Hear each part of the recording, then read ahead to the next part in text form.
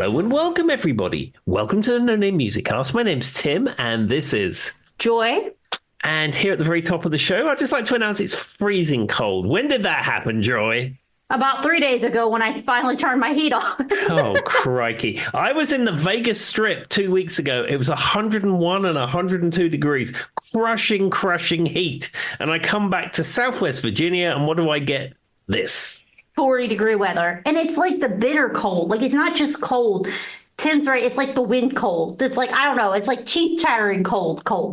Yeah, it's terrible. It's terrible. But I have heard it's supposed to get warm again this weekend, which means we're going to be going hot, cold for another month, probably. There we are. Well, that's good, because on Sunday, I need to build my workshop. Well, I mean, you'll have 70-degree weather, I think, unless that's changed. I checked that a few days ago. Don't quote me on it. Yeah, where we had some work done at the back of our house, I had a room that flooded, and I've had that fixed, and I've painted it, and I'm going to turn it into a workshop. Apart from, I tried to order a workbench, and it got lost, so I ordered a replacement one, and it came the other day. So I'm going to unpack it, I'm going to build it, I'm going to put all the stuff in there. How do you lose a workbench? That's pretty big.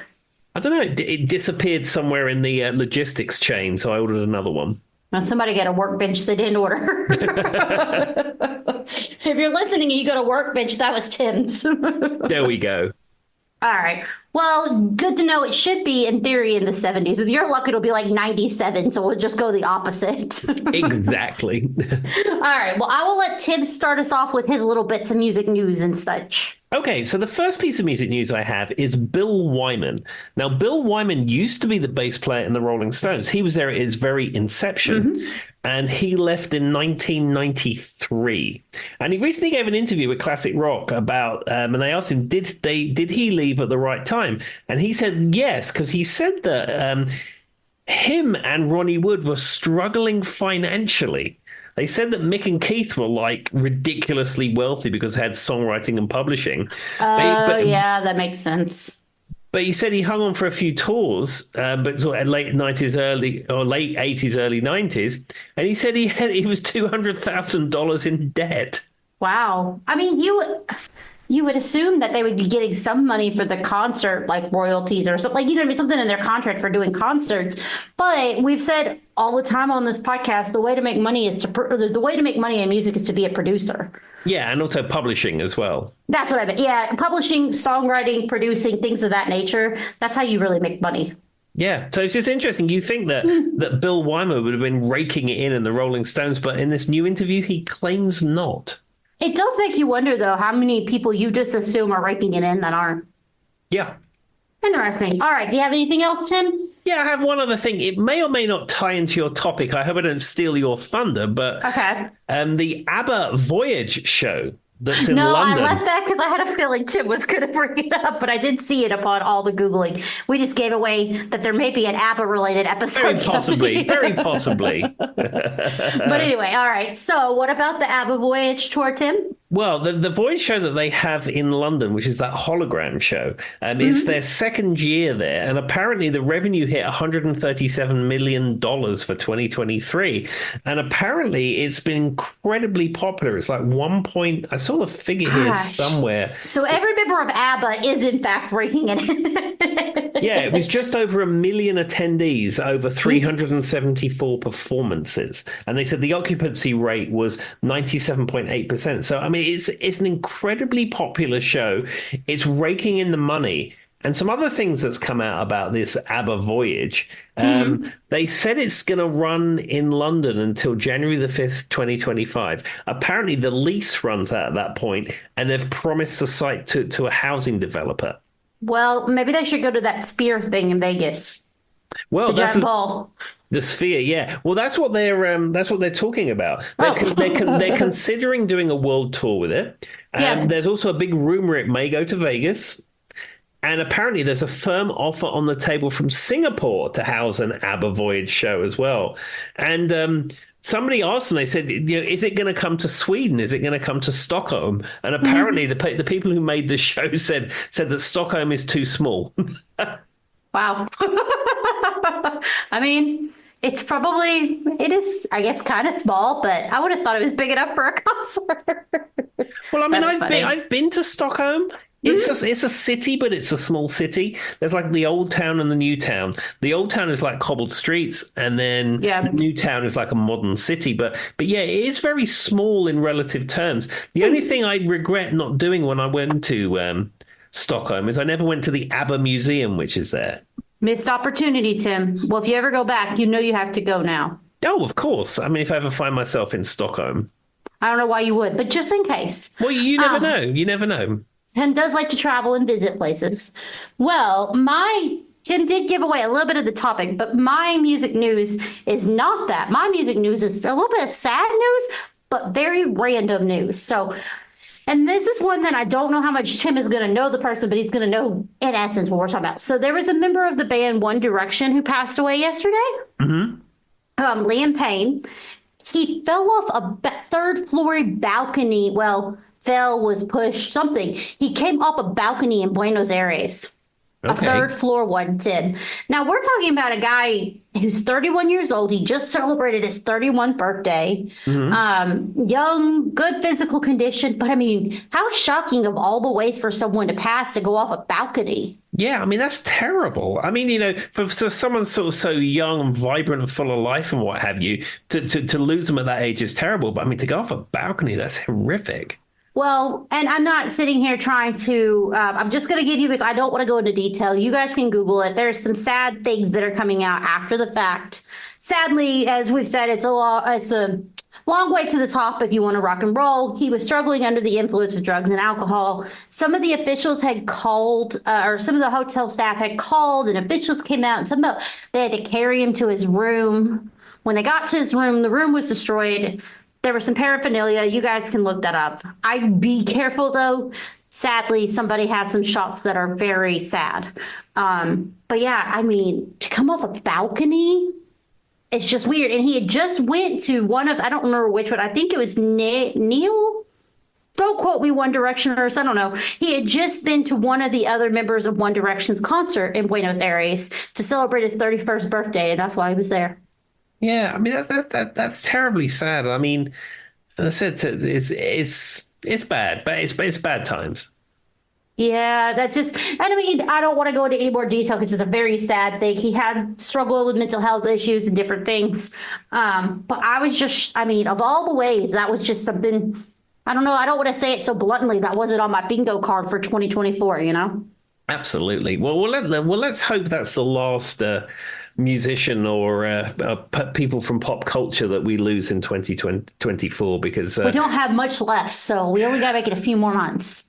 Exactly. Let's keep our fingers crossed. We don't want it to be like 2017 or 2016 where we lost people after people after people. It was terrible. I don't know. That was that year that like Glenn Fry and then like you know what I mean? It seemed like it just one right George after the other. Michael, and then it was Rick Parfitt from Status Quo, and then it was one after the other and after the other.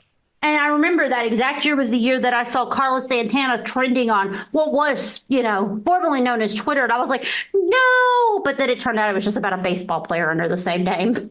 Yeah, well, I can tell you that Carlos Santana will be appearing at the House of Blues at the Mandalay Bay in Vegas, because when we was walking past the Mandalay Bay, they were advertising Carlos Santana, but they said coming. It said coming soon. Didn't have any dates. And we was like, well, when's Carlos going to be there? Because if Carlos Santana had been there and I had a free night, I would have gone and seen him.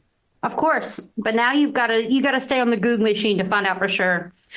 I don't know. But yeah, so that was just really sad, and it was a pretty big piece of news, so I thought I would, mention it because it is music related. And for those of you guys who are One Directioners and love the band, I know this was very hard. A lot of them were upset, Tim, and it's kind of the same thing that happened with the Beatles and other bands where this has happened. They know there'll never be a reunion tour now.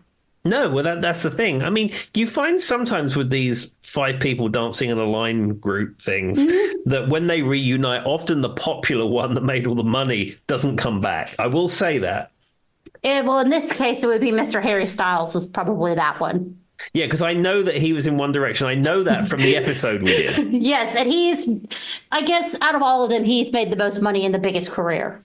A few of them. And so Liam had 1 or 2 songs that were really good. He has this song that's called Strip That Down for Me. That was with, Tim's going to laugh at this, but there was a rapper in it. I think his name was Quavo. But I actually liked the song. I don't care about but it was a pretty good song.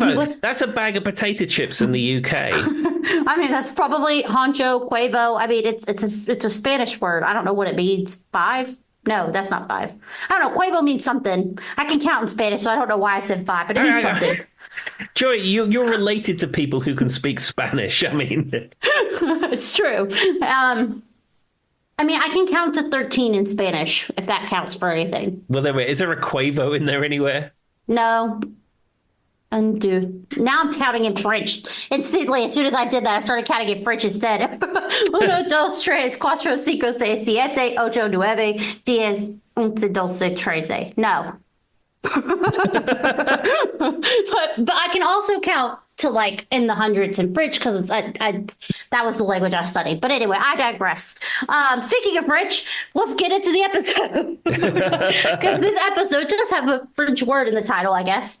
So we're talking about Abba, as mentioned before. And the reason I brought up Abba is because me and Tim both love Abba. Our most listened to episode is the Abba episode that we recorded previously.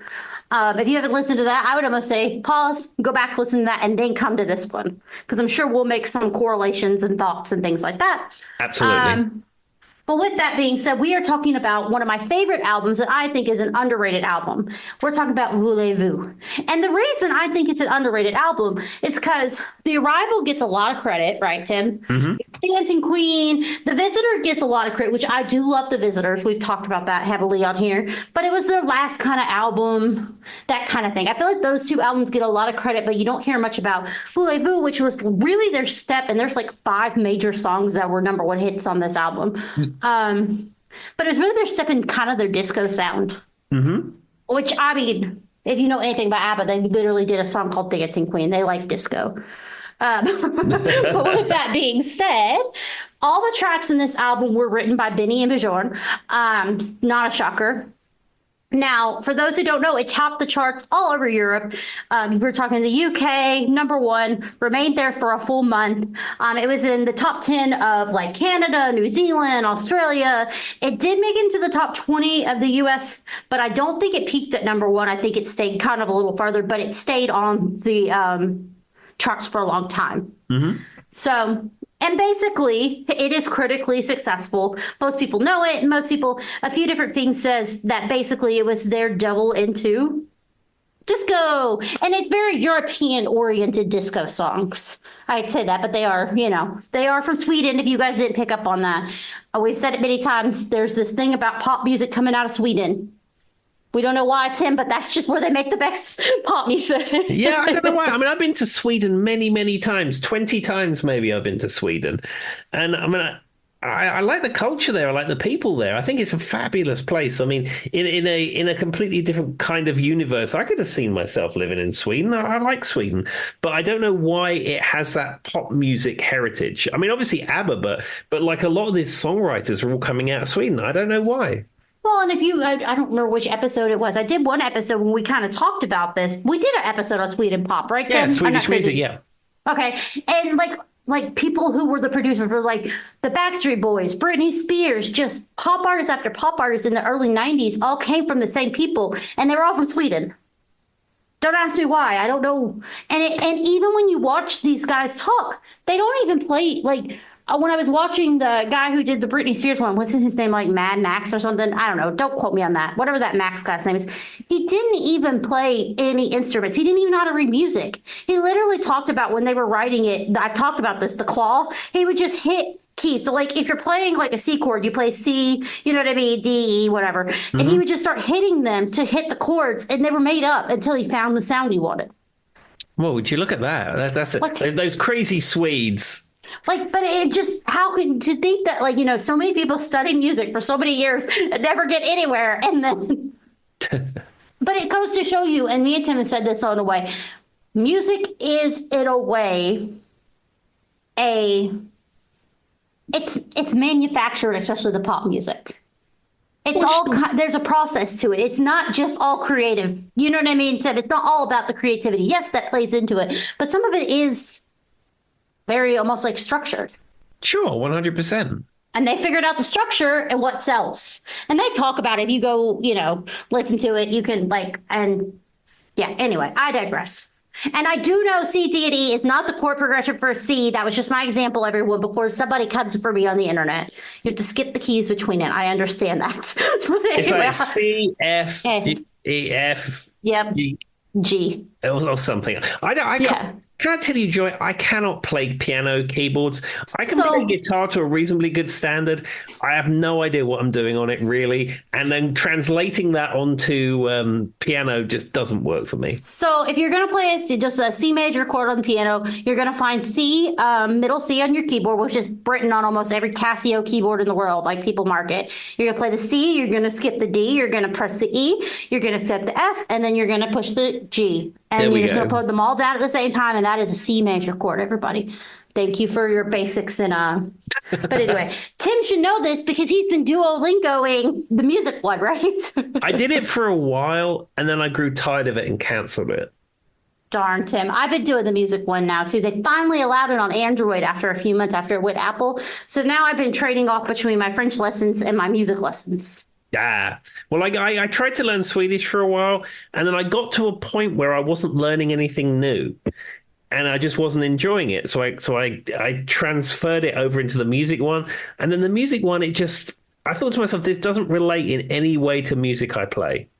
And to be fair, though, Tim, the one that I tried and made it 2 minutes in and said absolutely not was the freaking math one. Because it wasn't, I'm actually decent at math. Tim can tell you I did payroll and things of that nature. Mm-hmm. It's not that I'm bad at math, but that was like it was like block matching, and like you had to like pick out patterns and stuff like that. And it'd be like, what's 7 times 4 in blocks? And I'm like, no, I'm not doing this. I'm in my 30s now. I'm not going to learn anything new as far as this goes. No. And I was like, after the second app, I was like, nah, I'm done here. No, I mean, you have to, at some point, you have to think, what am I going to do with my time? And am I going to waste my time with that? And if you're enjoying it, do it. But for me, the math one was a no. Now, I do enjoy the French one because as I studied French, I like to keep my vocabulary up. And I do my dad's from Louisiana. We have a French background that interests me a lot. And I like the music one because I played piano. But if I didn't play piano, I don't think it would like me. And to be fair, Tim, I skipped like the first 7 lessons of the music one by the jump here button and skipped a bunch of them. So that probably helped me a little bit. Ah, well, there you go. All right, so I guess we should actually talk about Abba. We did kind of break into it. So this has 10 tracks. I'm not going to talk about. There is an extended version. There's some ones that have the Spanish versions of it, and then I think there's one that combines a few songs. There's some extended track ones you can get. We're going straight, plain Jane. 5 on side A, 5 on side B. Okay. So I don't have the energy to get into all of that. So the first album track is one that I find very interesting. I know Tim is very familiar with this one too. It's As Good As New. Yeah.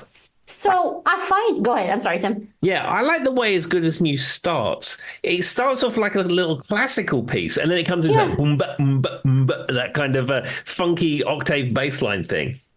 But that's exactly what I wrote. I said, I wonder though. So it has that, I guess it's like a violin is what I assume it is, but I don't know if it is. Don't come for me, internet. It sounded like a violin for me. I'm not an expert on these things when it comes to string instruments.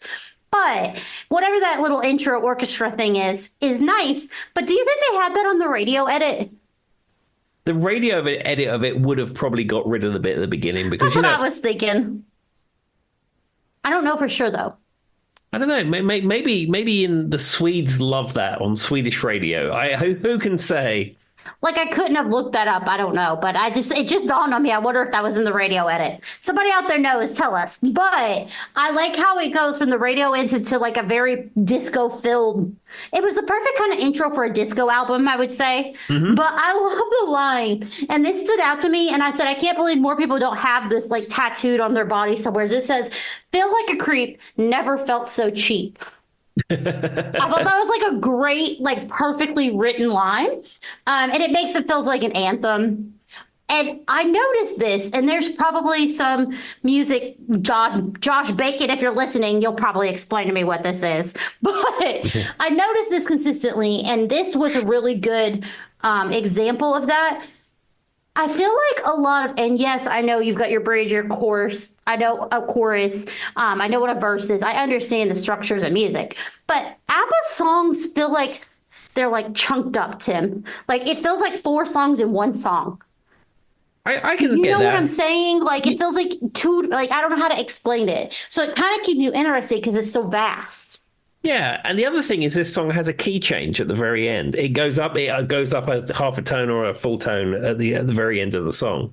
Which I mean, in and of itself, they just so their music is just so diverse that, and this is I've talked about this many times. This is what I think puts the Abbas and the Queens and certain people like on a different pedestal. Elton John's another example. They can do so much diverseness in their music. Oh, absolutely, 100%. So I mean, rich. like you say, the overlying theme of this is disco, but you said it's like weaving. It's weaving in and out of different things. Now, number 2 is the self-titled track that I love. I sing this song all the time. It probably haunts me in my sleep. It is Voulez Vous. Aha! But it is ABBA at its best. It's 5 minutes and 11 seconds long, which kind of surprised me. I mean, it is a long song because it has that whole breakdown at the end, like the dance, and like, you know, it goes back and forth. But can we talk about, I sing this song all the time. I think about it. I always think about in Mamma Mia when they're in the dance scene of Mamma Mia. But the whole song is literally just about picking up chicks in a bar. Have you really thought about it, Tim? That's what the whole song is about. It's 5 minutes about somebody picking up chicks at a bar, but making it classy because it's French.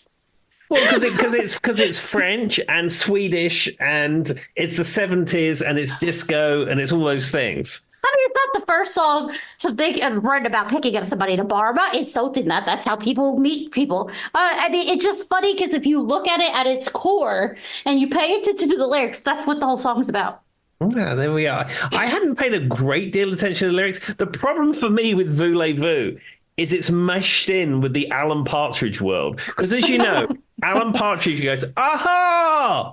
Yeah. And there's actually a bit on the Knowing Me, Knowing You radio series, which is actually, if you have Spotify, it has now got audiobooks and you can actually listen to the Alan Partridge radio series. And I highly recommend that. In a way, it's better than the I'm Alan Partridge TV series. It is really, really good.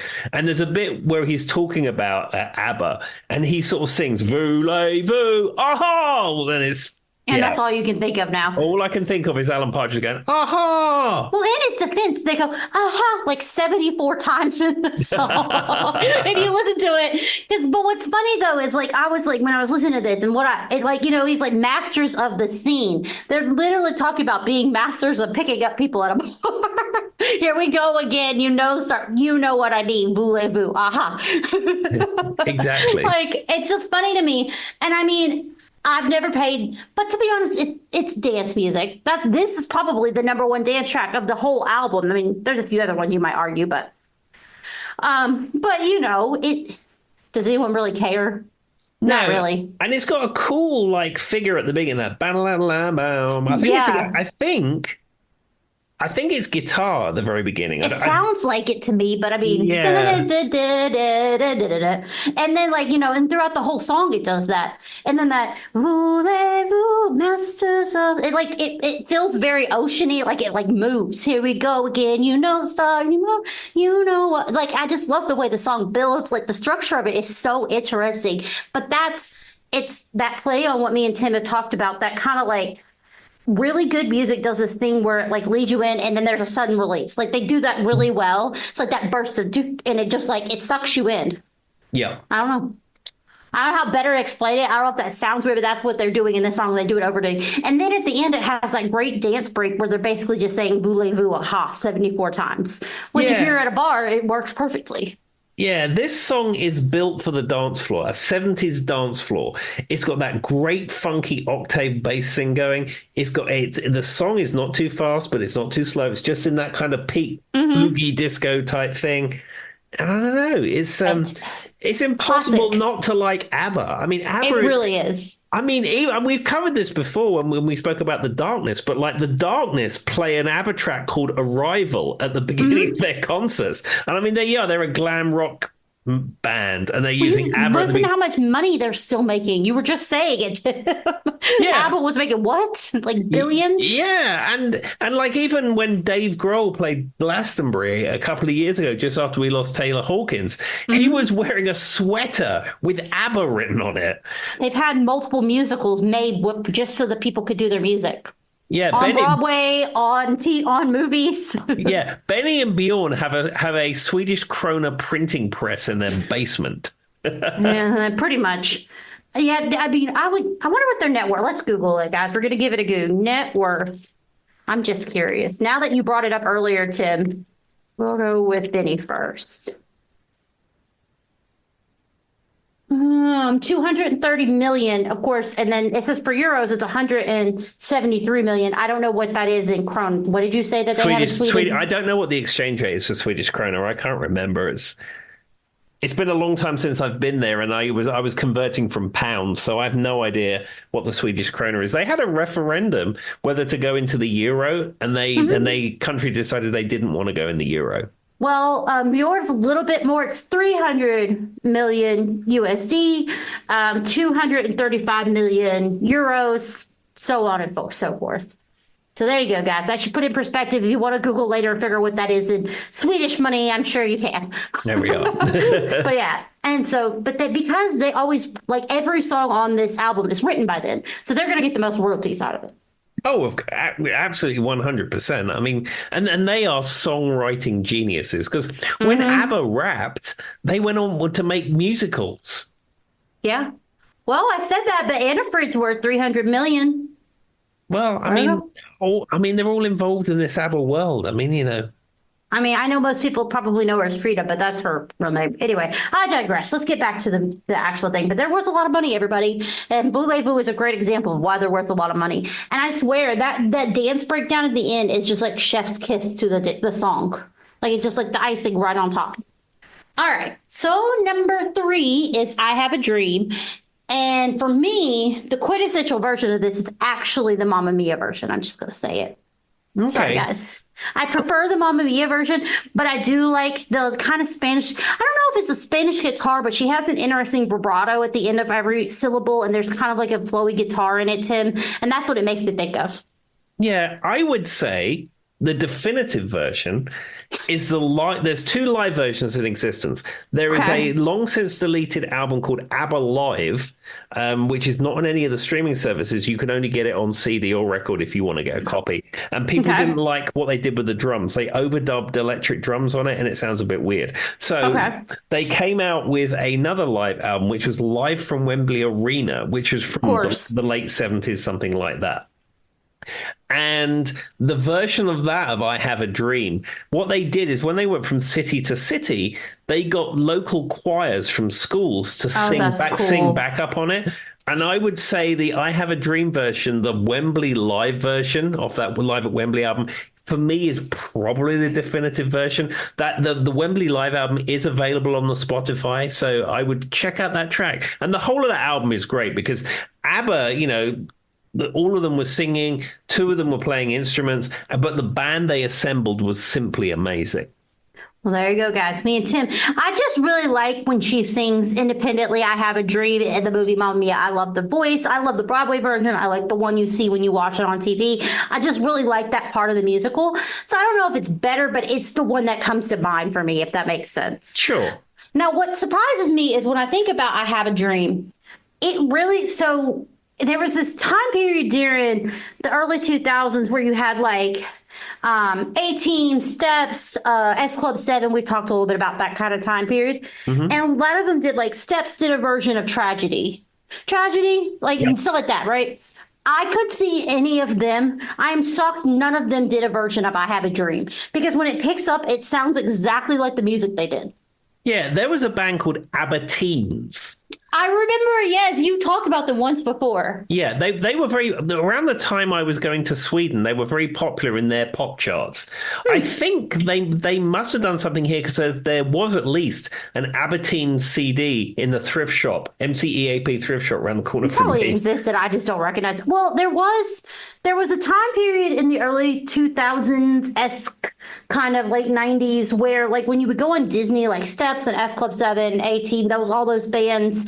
I mean, even Europe had a few of those bands that were very similar, and that's, well, obviously S Club 7 and Steps are from Europe, but they had some very teeny, I don't want to say teeny bopper, but that's what it was, kind of music that was very popular. And I wouldn't be surprised if Abba was on that. I just didn't remember it. The one that stands out to me is when Steps did their version of Tragedy. That played nonstop on Disney, and it used to drive my mom insane because she was like, I don't like this version. Because she's such a Bee Gees fan, that used to drive her insane when it would play. Because I liked it. Of course, I was, a teenager and a kid, Tim. So for me, it didn't really matter. But for her, that would annoy her. Sure. So that's probably why that stands out to her. But it really feels like something I could have easily seen Steps do a version of. Yeah. All right. So the next one is one that I have a question for the world. It's a question for Tim. It's a question for the world. I listened to this song at least 10 times in a row trying to figure it out. Angel Eyes. Yep. What is that opening, and what other song is it used in? If you go back, everybody who is listening to this podcast, Tim, when we hang up, go back and listen to Angel Eyes. It has this really distinct opening. And it is used in another song. It's used in a TV show. It's used in something else I know, but I can't figure out what it is. And I tried Googling it. It's either not the exact same or it's just similar. You know what I mean? And it's making my brain think of it because I couldn't find any evidence on the internet. And I scrapped the internet. When I say I listened to Angel Eyes more than you ever should, I did. Because I kept going back and pressing play and going, what is that? What is that? Are you talking about the bit that goes, ha, ha, ha, ha, or the piece after that? It's that ah, ha, ha, ha part. The very opening little piece. There's something in there that is used. Yes, it's used in something else, and I can't figure it out. So if anyone is listening who knows that, write me or Tim on Threads, go on our Facebook page, send a carrier pigeon, send Tim back his trash can with a note on it, whatever. Or his bin, as he would call it. He would like that back at some point. It's a dustbin. Fine. Trash can, dustbin, whatever you want to call it. Tomato.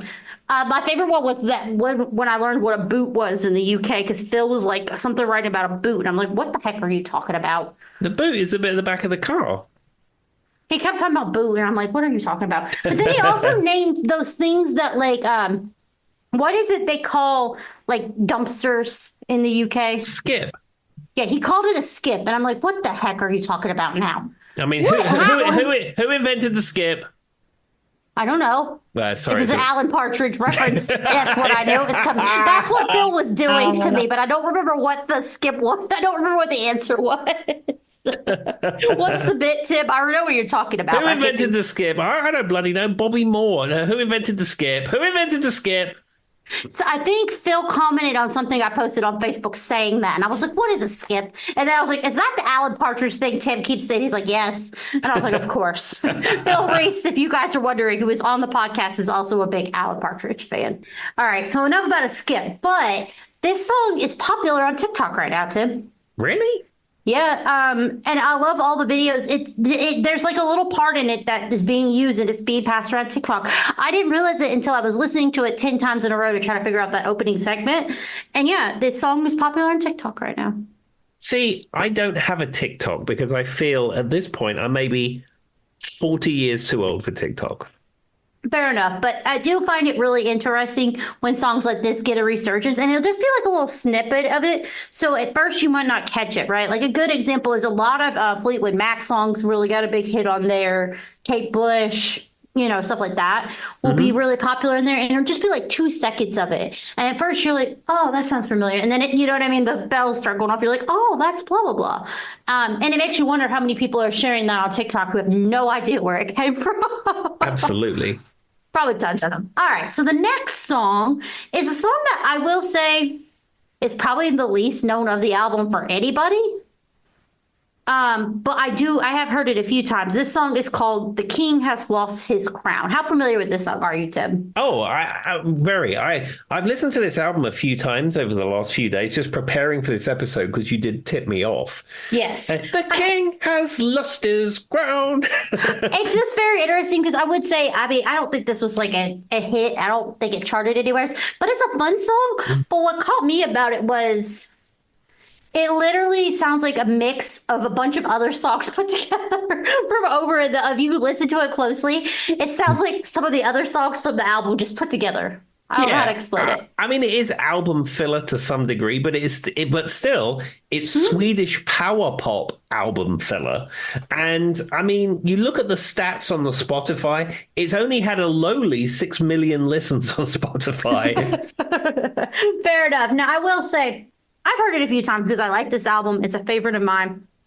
But I find it funny that this whole song about the king has lost his crown, if you guys haven't heard it, it's just talking about what goes around comes around. It's about a guy and a girl, and he did something to her, and now it's happening to him. Yeah. Classic. It's a classic. And that's why she's saying the king has lost his crown. Well, yeah. I guess he, because it was written by he. You know what I mean.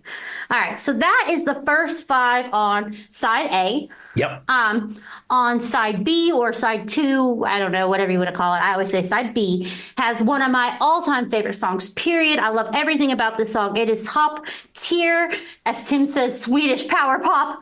Does Your Mother Know? Yeah. Now, Does Your Mother Know? Now, this song is a song, again, which comes into its own live.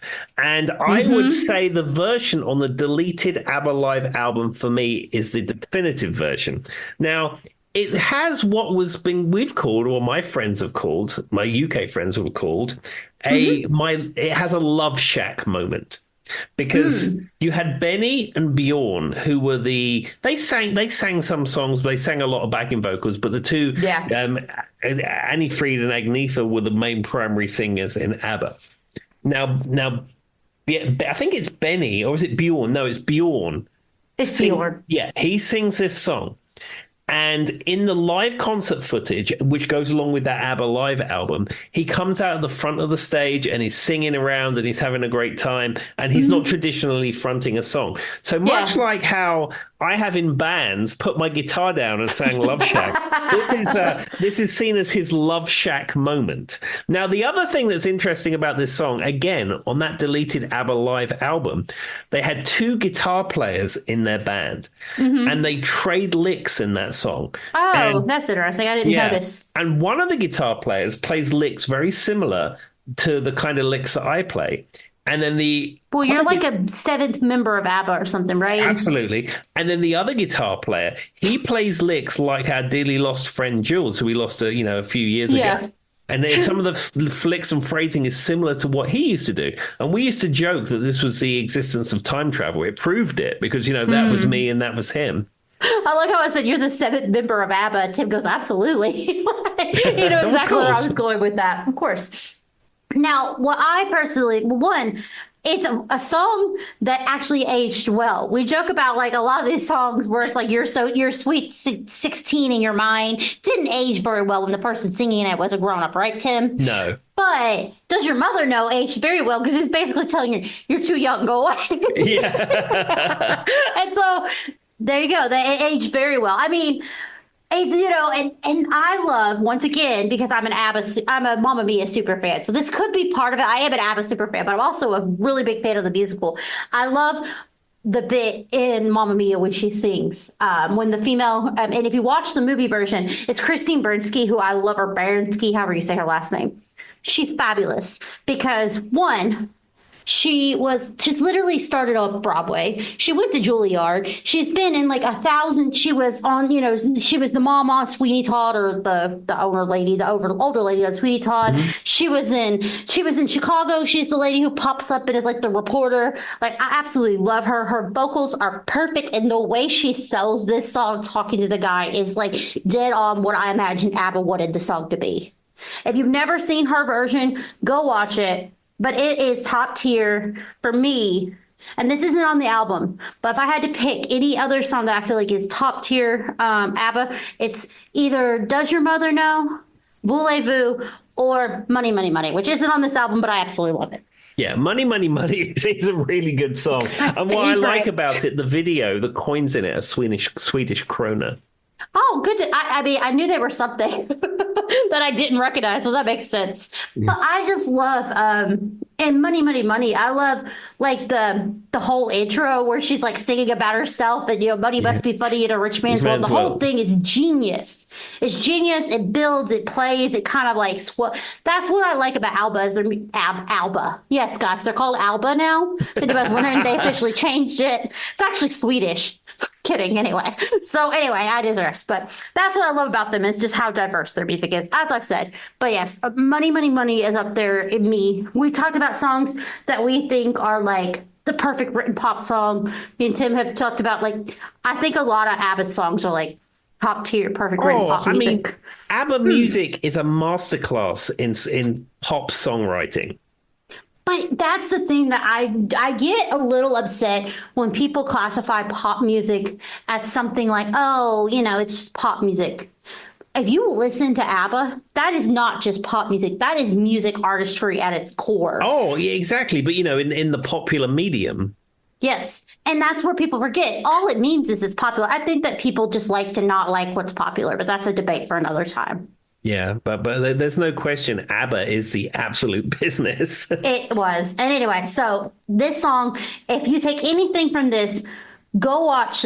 First of all, take Tim's album recommendations because he's really good about live albums. That's his forte.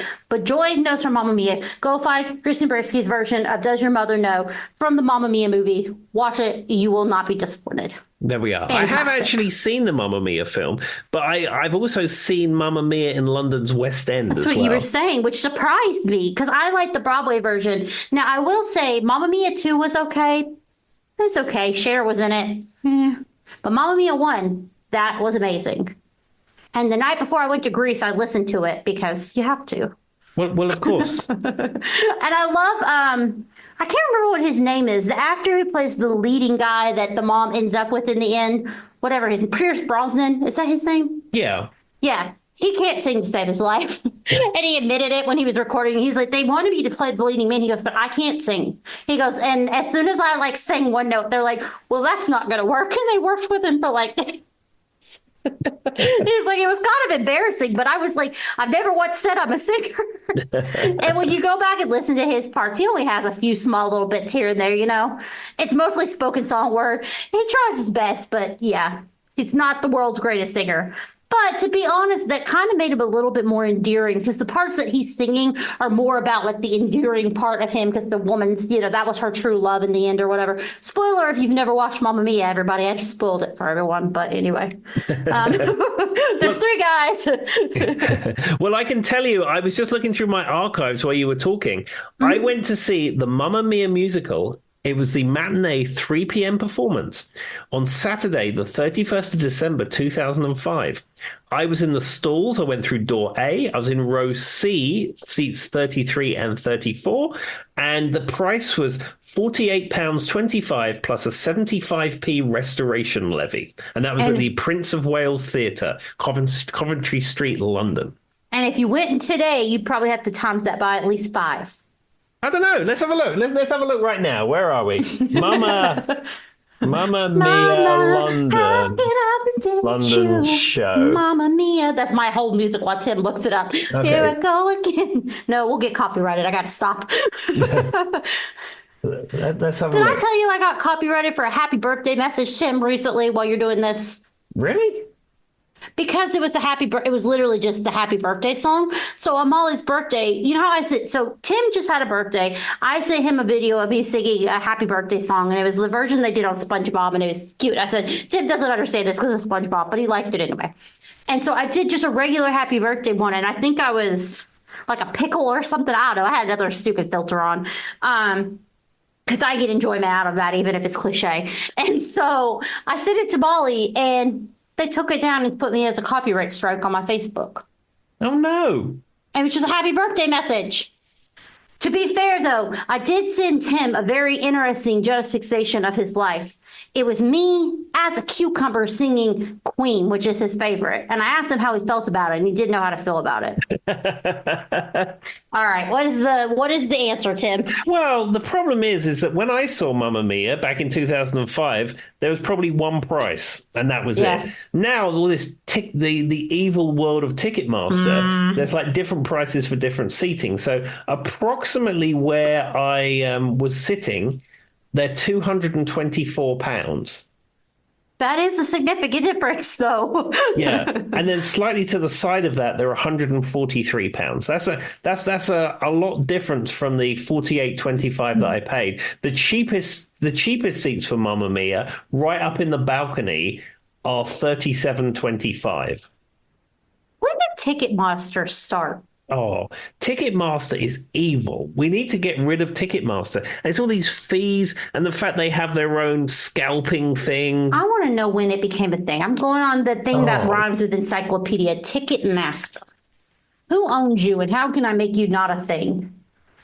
A distribution based in Beverly Hills, California, and it operates in many countries around the world. In 2010, it emerged with Live Nation under the name Live Nation Entertainment, which I remember Live Nation because they did a lot of like pop rock kind of concerts back in the day, like that pop punk kind of thing. So I guess it was 2010. Who's the owner? The founders are Albert Lieffer. I didn't probably say that right. Peter, some name that I'm not even going to say, Gadwa, Gordon Gunn, and Jerry Nelson. So if any of you guys know those guys, we have beef with them. Yeah, but even like when I was in Vegas, the tickets I got for the Sammy Hagar birthday bash, they were through Ticketmaster, which I thought maybe as it's a concert. But then like Penn and Teller was through Ticketmaster. And then when I went on the high roller, the Ferris wheel that I went on, you had to buy the tickets through Ticketmaster. It's like, what? And all these stupid fees added on. I mean, when did this? It's terrible. Okay, I don't know what this is, but I have to say it. So I may be looking at the website that's close to Encyclopedia about Ticketmaster. And it says in 2013, the jam band, the string cheese incident. Yep, they're like fish. Gave fans money to purchase 400 tickets to one of its shows in order to resell them on its own site with fewer fees. So that way they could take advantage. They said they were protesting Ticketmaster's ticket fees, while Ticketmaster argued the band was taking revenue from venues and promoters. I disagree. I wonder, it's got to be worth some money, though. But what I don't get, and like this is deceptive pricing, it is deceptive. Because every time now I go on, Tim, and I go to buy a ticket, and it says, okay, $69. I'm like, okay, $70, $140, me and Charlie go see this show. That's not bad. I go to the checkout, and what is there? 74 other things tacked on it. A $10 fee for this, parking for this, your mother's grandmother's gravestone for this. Like, I don't even know. Like, it's just like 74 different. I'm like, so what was $140, give or take with some taxes? Now $375. And I was sitting there going, well, I can't afford that. Yeah, and that's another thing. Include those fees in the base price so you know where you are. Like, and like some of it doesn't even make sense. Like, just be like other taxes and fees. And you're like, how many other taxes and fees can it be to go see a concert? Exactly. Anyway, it's worse when you're like, I was just going to be in the lawn in the back. I'm bringing my own chair to sit in the back here. You're going to tack on that much money. It's like adding insult to injury. You're having to hump your own chair up there at the PNC Arena, Tim, to put in the back. I know. And they're going to charge you to breathe the same air as, I don't know, Aerosmith. There's a fee on there that actually says breathing the same air as insult artists here. All right, well, back to, I wonder if, do you think that the ABBA voyage, is it on Ticketmaster? You know it is. Well, where are we? We're just Googling everything anyway. Just look it up. Tickets. ABBA Voyage London. All right. And the London. It's not that. No, where are we? ABBA Voyage London. Official website. Availability calendar. Okay, well, let's go there.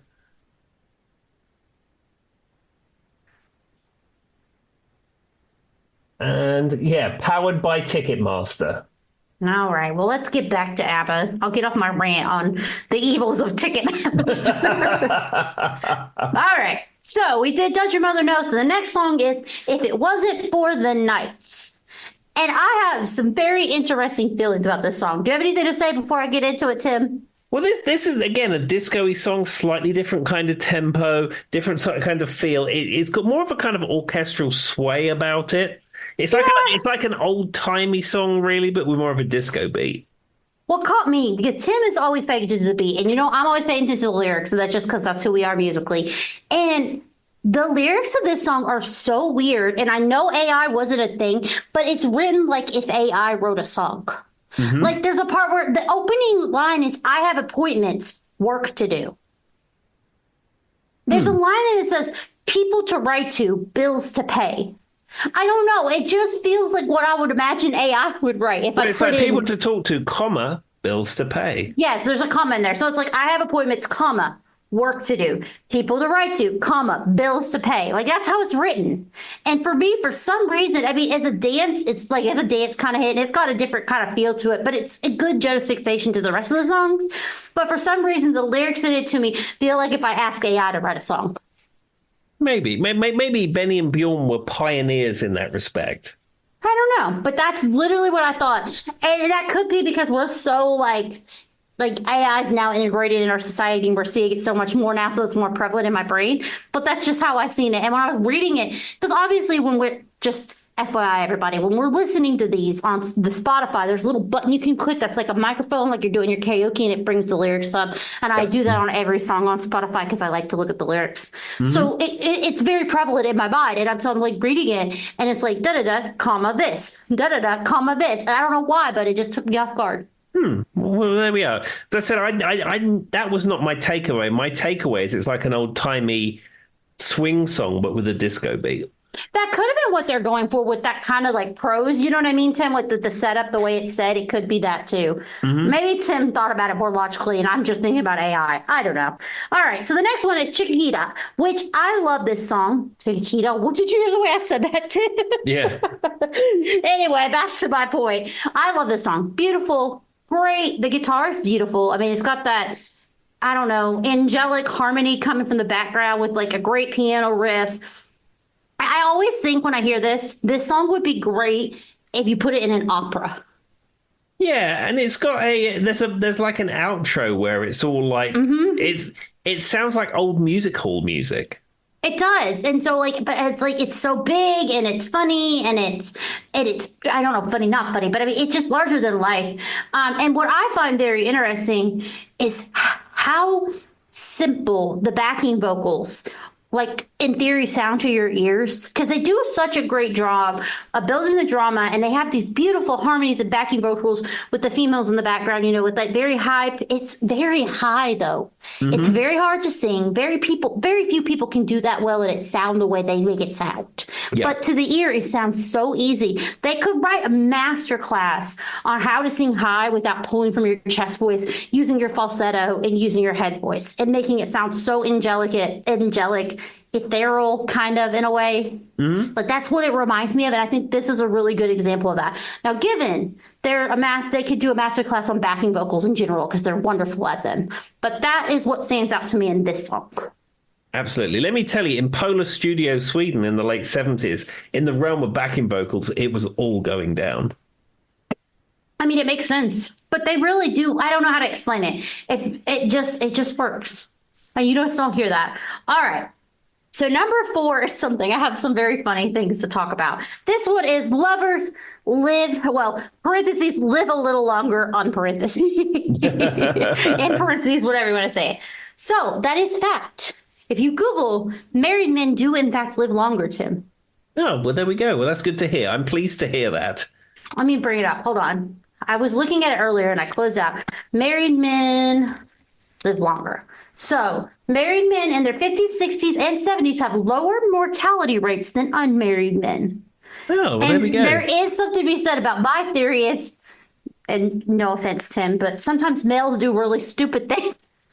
I couldn't agree more. And so they're more likely to do less stupid, dangerous things if they have somebody counting on them, like a wife and a family. Yeah, I did a lot of stupid things in my 20s before I was married, before the internet was invented. And there we go. And to be fair, it is about 2 to 5 years longer if you are married. Okay. The American College of Cardiology did a whole article, whole study. You could go find the parenthetical online back in 2023. There we go.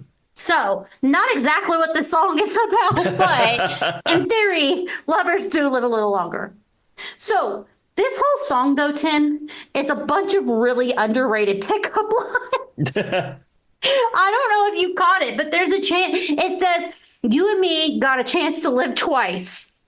And then there's a part where it's like, I can imagine, I can see in my fantasy, I'll enjoy every day. Making love is dynamite, baby.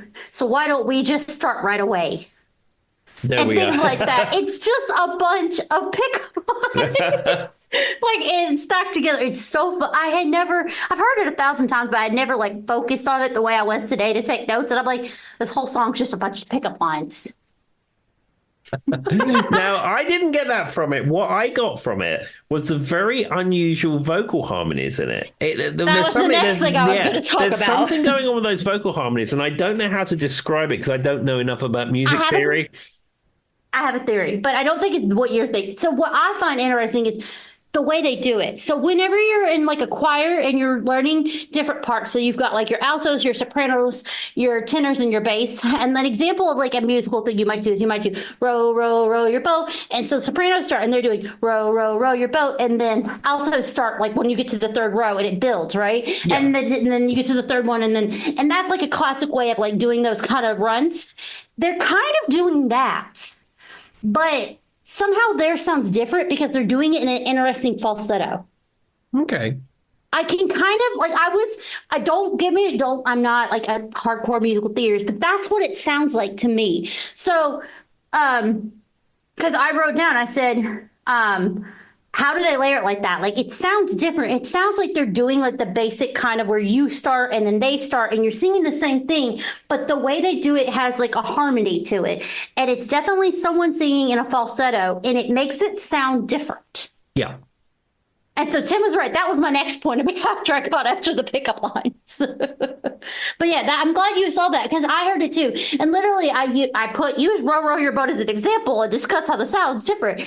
But that's what it kind of sounds like they're doing. They're doing those like rolls, but they're doing it. I don't know. There's something different about the way Abba does it. Maybe it's just because it's Abba. I don't know. Yeah, I said you can't go wrong with Abba. Well, and it's not row, row, row your boat. But that's true. Benny and Bjorn were writing songs like row, row, row your boat when they were 2 years old. Do you know what my favorite singing warm-up was when I was like taking music lessons and when I was in choirs? Aluminum, linoleum, aluminum, linoleum, aluminum. Red leather, red leather, red leather, aluminum, linoleum. I don't know why, but that one stands out to me. Not that I would say aluminium lino, but that's not the same. That's not what we were singing. I'm trying to think of, obviously, just your basic scale, but that one always stood out. And then we did one that was about M&Ms. I'm trying to remember what it was. I don't know. Doesn't matter. I did a ton of those. But occasionally when we were doing those, like, she would start one section and then another section would start and we'd go in like a roll and then it would get higher or get lower to build your scale. And it kind of sounds like that's what they're doing, but they're doing it better.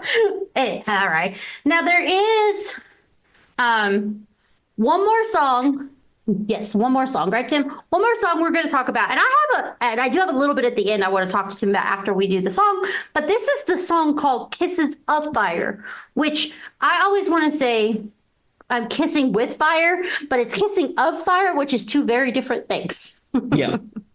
Now, how did you feel about this song, Tim? It's okay. It has more listens on the Spotify than Lovers Live a Little Bit Longer. And also The King Has Lost His Crown. But it's not, I can't say this would be an ABBA song I'd necessarily come back to.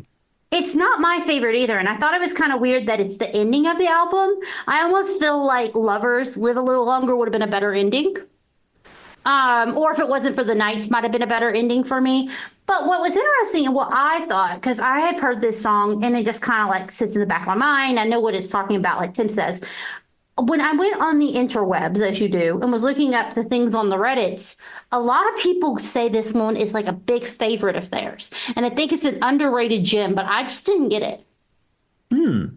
So that might be why there is a big underrated people who love this song. And what they were saying was just kind of like how it goes back and forth, it swirls. But I feel like that's what all of ABBA's music does. So that doesn't really stand out to me. No. But for some reason, this song has a weird cult following. Well, there you go. There you go, guys. And if you go on the Reddit, you'll see what I mean. Because, of course, there's like 1,000 Reddit pages dedicated to ABBA, because why wouldn't there be? Well, of course. Now, my question for Tim is, if you had to, and this is going to be a difficult one, and this is how we're going to end the episode, if you had to pick 5 ABBA songs and rank them, and I'll do the same, from least to most you like, what would you pick? From this particular album or just in general? Just in general. It doesn't matter. Well, it's hard for me to rank them because, I mean... That's what I struggle with, too. I would probably say my favorite ABBA song of all time is Gimme, Gimme, Gimme a Man After Midnight. Okay. That is a great one. I'd put that up there with Voulez Vous and the disco hits of the world. Yeah. And then the rest of them would probably come in an equal ranking, I think. Okay. So I'd probably go with Super Trooper. I didn't even see that one. Hadn't even came to mind, and I love that song, Tim. You just threw another one out there. I hadn't even thought of it in a while. Yeah, of course, Knowing Me, Knowing You. Of course. And then you're probably getting into things like the title song from The Visitors. Now that is a great song. Visitors, right? Yeah, and then that is not like a hit, but that's one of my favorite. I mean, as far as the rest of them, I mean, maybe a Voulez Vous would come in there. Maybe a Mamma Mia. Maybe Mamma Mia, actually. So for me, I was thinking about this when I was doing this, and that's why I wanted to ask Tim. I was like, how do I rank these? I have one song that always comes to mind that we haven't talked about when I think of ABBA, and I don't feel like it's on like everybody's list, but Waterloo is huge for me. That might be number 1. Okay. Waterloo is up there. Money, Money, Money, as I've said. Voulez Vous is definitely up there. I actually agree with Tim. The Visitors, and then Take a Chance on Me, as cliche it is. I love it. Take a chance, take a chance. I love it. I mean, that reminds me of the Alan Partridge ABBA medley. Now, go on YouTube and find the Alan Partridge ABBA medley. It is really, really good. But what's crazy is even when Tim was saying that, like there were songs that like I forget, like Winner Takes It All, great song. They have so many songs. I mean, like I pulled up the ABBA Gold here. That's 19 tracks, and it only scratches the surface of great ABBA music. Honey, honey, lay your love on you. I do. Nina, Pretty Ballerina. Fernando. I as far as having, and I mean like super hits that everybody knows. Just one right after. I don't know anybody who doesn't know these songs, who doesn't know like Gimme, Gimme, Gimme from ABBA.